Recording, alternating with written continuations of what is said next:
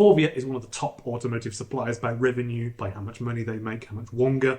It's been a long-time partner of BYD for a good few years now, having already secured the contract with BYD to work in the factory that is being built for BYD in Hungary to build their BYD electric vehicles, sell them to Europe, basically. So they've just been given the second contract to make parts for these vehicles in Turkey, basically because there is no tax, really, when you send parts from Turkey to the European Union. That's generally why they're doing this. Not the only reason, one of the reasons.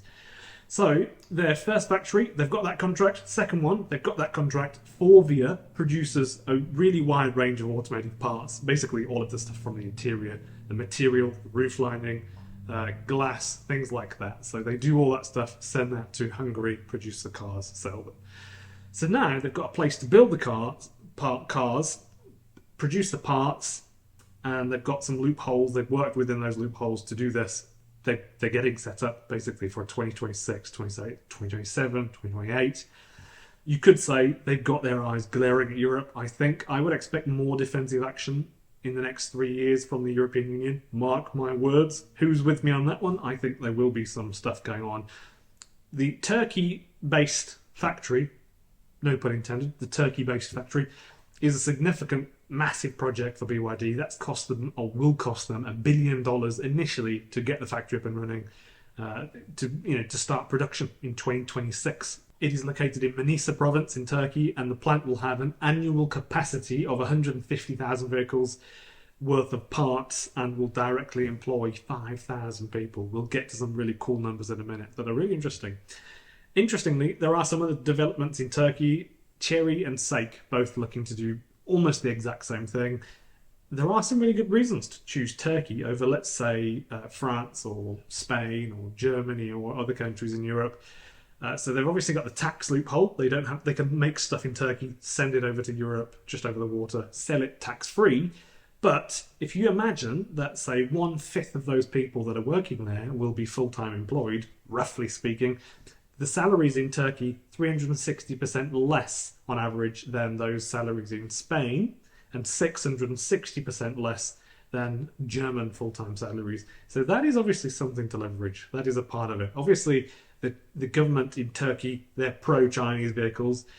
They're a bit of a minority, I suppose you could say. They know what it's like to have these issues thrown at you because you're from somewhere different.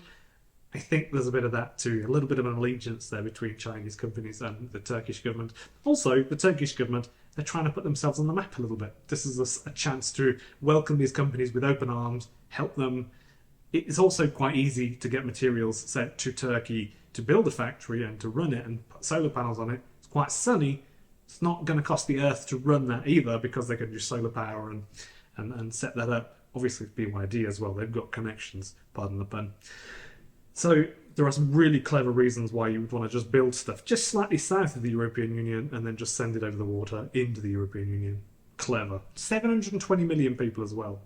And there are 1 billion in China, just over. So you can imagine this is a big market for the Chinese. And so far, Germany and European manufacturers just not really nailing it. Not even, sadly, not even a Stellantis. It's really hard to say Stellantis could possibly be doing really that well, but they're just kind of not, are they? Because half of their cars that they're selling don't come with battery cooling. Really disappointing. So yeah, the money to fuel everything, to pay the staff, buy the land, the effort required to sort of get stuff going, a lot less. And also the running costs, a lot less than in the rest of Europe. Thanks for tuning in, folks. I'm Ben Alexander.